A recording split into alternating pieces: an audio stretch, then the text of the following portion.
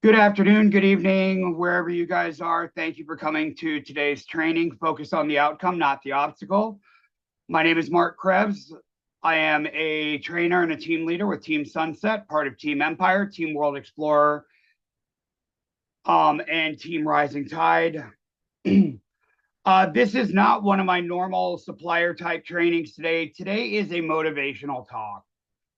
The focus of this is how no matter what life throws at you guys, you are able to get through it.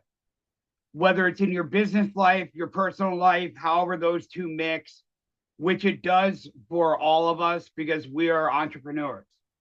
We are home-based business owners, plain and simple. That this is what we do. So life is going to always throw challenges at us. It is how we deal with those challenges that is really important.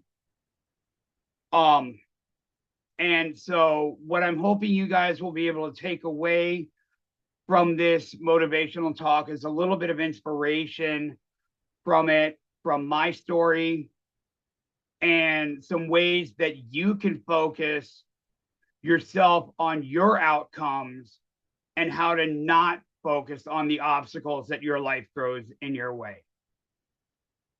So, a little bit about myself. I joined Archer and Evolution back on April 7th of 2022.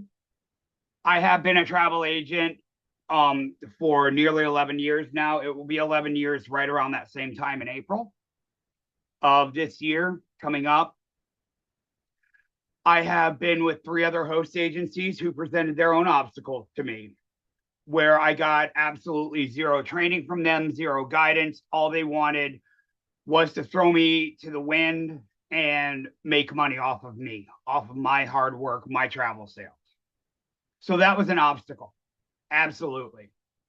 It truly hampered my business. And so I continued with my travel agency, although not to the point where I am today. I was working the 9 to 5s. I was working for various hotel chains, most recently with Holiday Inn and IHG. I held various positions with them, everything from night audit, front desk, to maintenance manager at a local hotel here in Vermillion, South Dakota, where I live. And I was actually holding two different positions with them at the same time, the maintenance manager during the week and the night auditor on the weekend. So I was always working odd hours and on call 24/7, 7 days a week. So it stunk. I decided to finally fire my boss 5 years ago, as we like to put it, and put myself into this full time, even though I was still with another host agency at the time, and see where I could go from it. And then I found Archer almost 3 years ago. Things were going great. I was building a team, my sales were going up. I was developing new business relationships with people in my community, business owners, school districts around the area. I was broadcasting high school sports as a side gig of my own choosing. So I was happy. August 7th comes around. So just 6 months, literally to the day after I had joined Archer, comes around. And it happened to be the 5-year wedding anniversary to my wife. And I got extremely sick. All I remember from that day is that I drove myself to the hospital here in Vermillion. And then I was asked a few questions and then I basically passed out. I learned later that I had a severe ulcer that had perforated in my stomach, caused a very severe bleed that I almost died from. They had to rush me from Vermillion to Sioux Falls, which is about an hour away by car. They tried to airlift me, but couldn't due to weather, I guess. So we had to wait an extra 3 hours from the time I was admitted and all the testing was done initial in Vermilion to get an ambulance, period, where they didn't even have a paramedic. They had an EMT who had to drive me up, and a nurse had to ride in the back with me to monitor everything, to push any meds that I needed to have based on the doctor's orders. While I was in the ER in Vermilion, my blood pressure bottomed out to 50/40. They had to give me life-sustaining medication there. And I've gotten all this information third hand from doctors and nurses who were on my case to my medical records.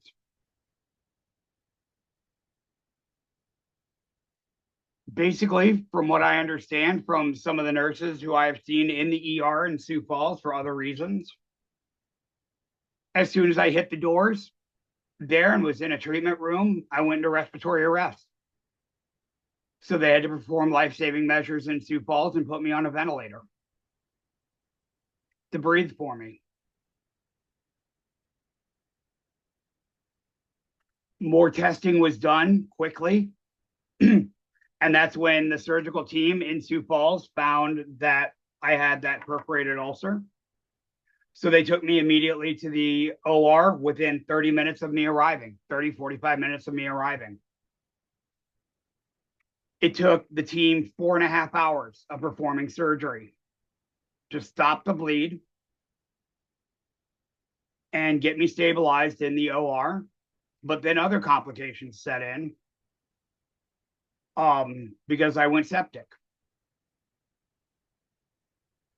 So I spent a week in the hospital in a medically induced coma, fighting for my life in the surgical intensive care unit.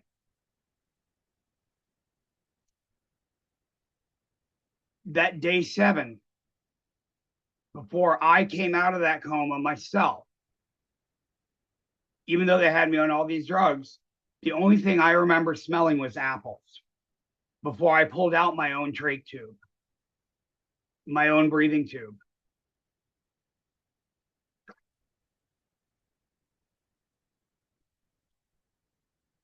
Now, they were going to wean me off of everything and take it out of me that day anyway, from what I was told. So I saved them the trouble of doing it. But that was still just the start of my journey.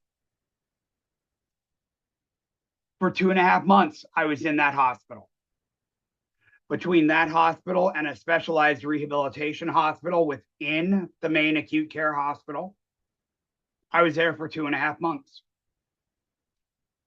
So from August 7th until October 18th, I was stuck inside those 4 walls, so to speak. Too weak to do anything, just trying to regain strength, both mentally and physically. I had multiple surgeries and procedures during that time. That was the first stay that I had to fight through, the one that saved my life, truly. I developed complications during that stay while I was in the rehab portion, got transferred back to the acute care facility, found out I was going to have to wear a bag on my stomach because parts of me were not where they were supposed to be and had come outside of my body. So you've heard of people having to wear colostomy bags. That's basically what I had to wear, but on my stomach, not in the normal fashion. So I had to fight through that and the stigma of that mentally. Finally, October 18th, I was discharged from the hospital well enough to go home until March, when I was scheduled to have the next surgery, or one of the next surgeries, to fix the what's called a fistula and have that cut off and everything put back where it was supposed to be.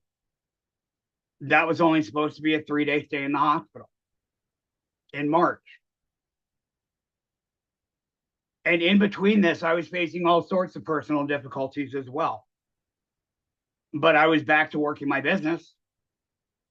But during that time, from August to October, I had lost pretty much everything. My team, my business. I never lost the faith and support and the help from Archer and Evolution and my family here. That's one thing I never lost. I never lost the love and support of my wife. That's one thing I never lost. And my family and friends. My parents flew all the way from Virginia once they knew I was stabilized. They came out and visited me in late September, early October before I was discharged. They came out here for 3 or 4 days to see me. And that was the first time I had seen them in person in 2 or 3 years. So,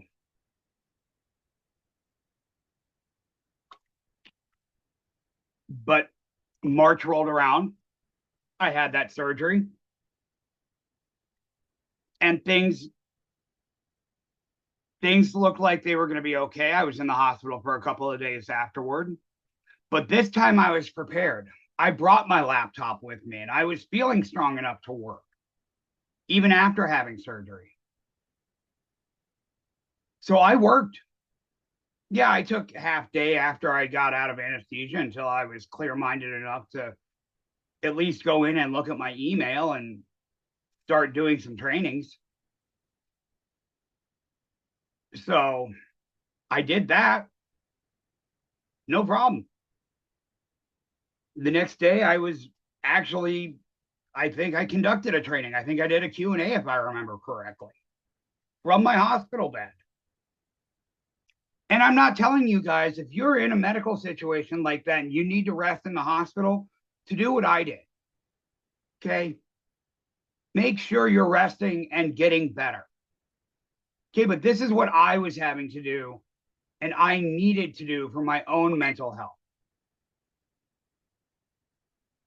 Okay. This is what I needed to do for my mental health.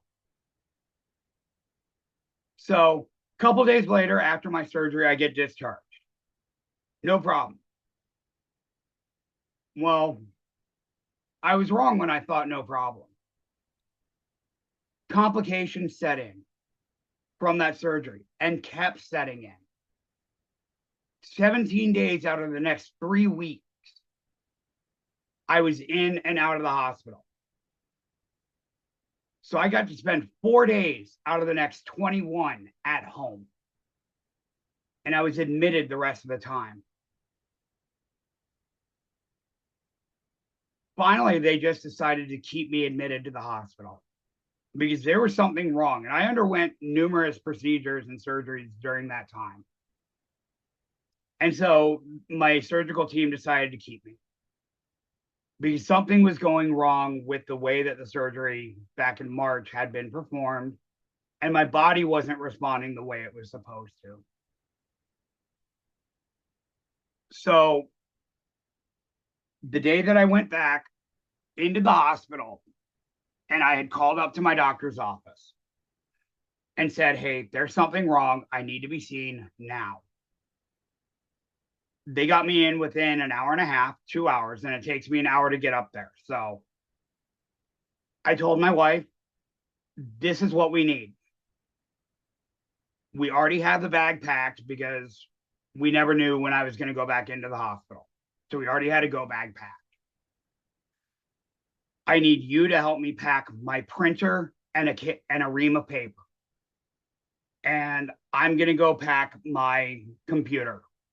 But you need to carry my printer down. Because I was already thinking ahead, knowing in the back of my head that there was a very, very good chance that I was going to be staying for a long time. And I wasn't going to let anything stop me from running my business this time. Because that is how stubborn and hard-headed I am. And I was right.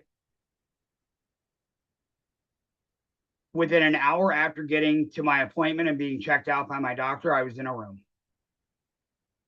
I was a direct admit, straight from his office, straight into the room.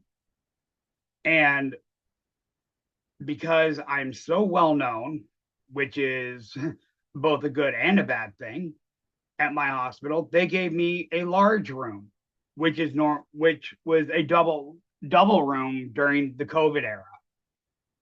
So I mean, I have a huge hospital room, which gave me great space to spread out and basically have an office.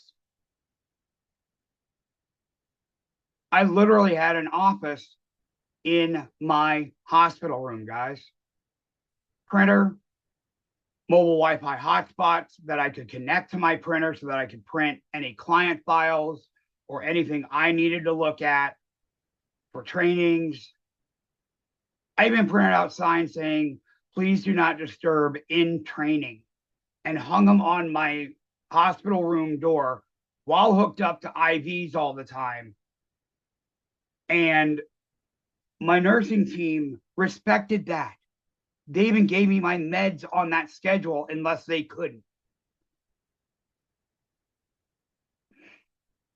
So, yes, this was a huge obstacle to me, not being at home and in my office, in my normal office. But I turned my hospital room into an office. So for another 2.5 months, while I'm laying in a hospital bed again, I'm sitting there and I said to myself, I am not going to sit here and be bored. I have the strength, I have the drive, I have the determination to do this and to keep working my business. And I will do this. And that's exactly what I did. Some of you may remember Joanne definitely remembers that time because she was there for some of my trainings that I was doing from my hospital bed or in my room. You guys will go in and see some of my trainings on YouTube that I did right there from my hospital room.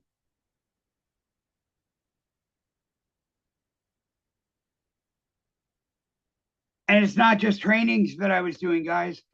I was getting clients. I added 75 or 80 new clients to my client list while I was in the hospital because I had business cards with me. And I was handing them out to every single person who walked into my room,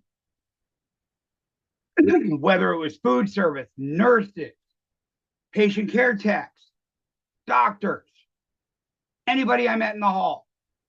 It didn't matter. They were getting a card.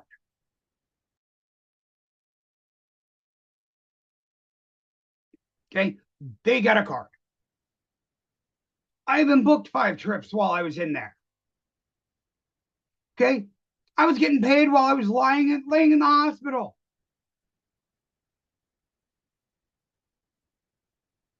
I mean, that's nuts. But that's the beauty of your business. You can do it anywhere. And so I took that obstacle and turned it around into an opportunity.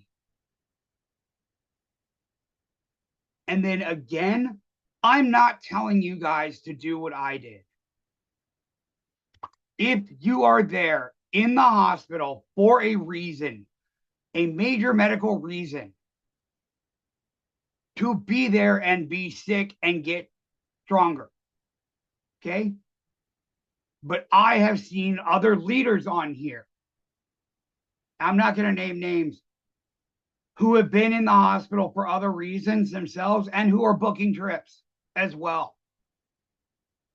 Personally, I don't know if that's because of me or it's because of their work ethic or a combination or what.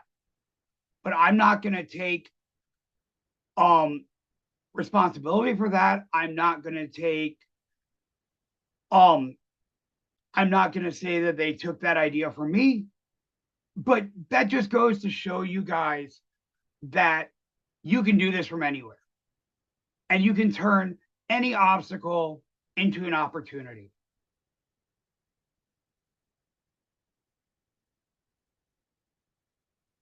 June rolls around, June 2023 or 2023. Okay. I have my last major surgery, and this is major because I had a very large part of my body taken out of me. And then a week later, I got to go home. Finally.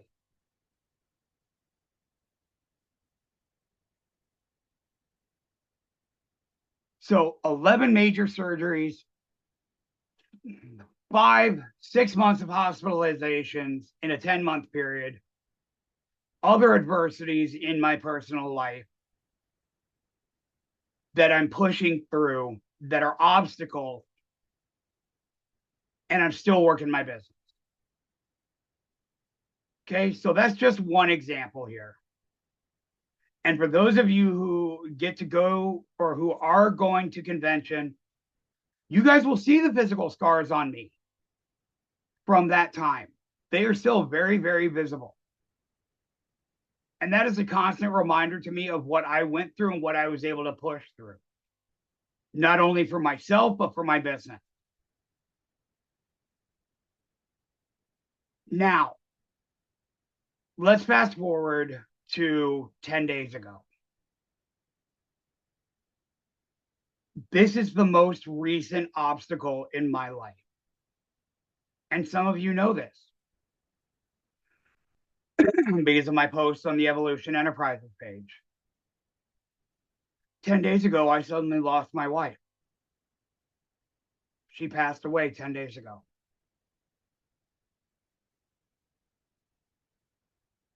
She was a huge part of my business. But she was also an even bigger part of my life.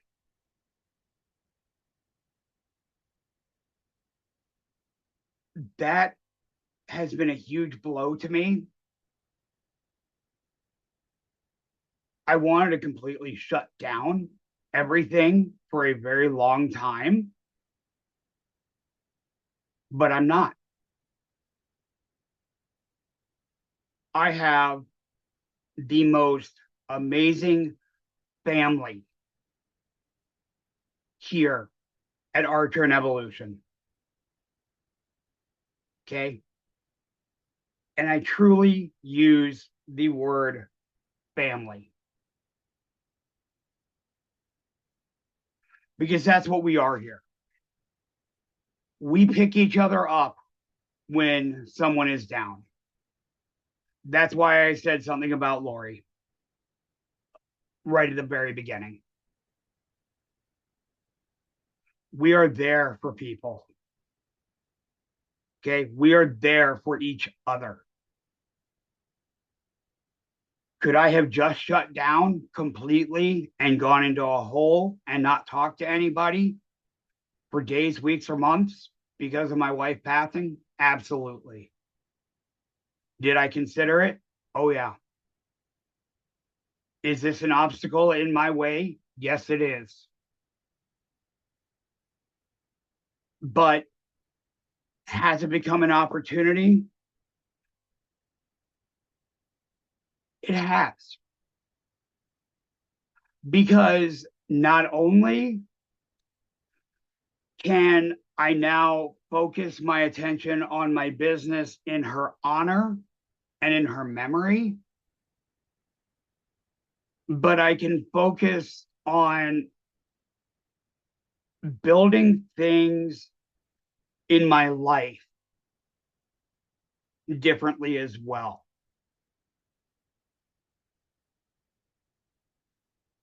And push my life's obstacles away and turn them into opportunity.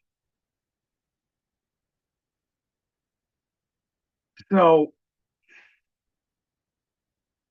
you see, guys, it's not just business that I'm talking about here. I'm talking about life's obstacles too, that we all face every single day. There's an obstacle that you may face in your life every single day that's preventing you from getting to an opportunity. But you just need to take a look at it from a different point of view, perspective, angle, whatever. And you're going to be able to figure out how to push that obstacle away to get to that opportunity. And I can tell you that truthfully from experience because it's happened to me. It happened to me back in August of 2022. It's happening to me now. It happens to me every single day. There are obstacles which I face every single day, and I get past them every single day. And I know you can too.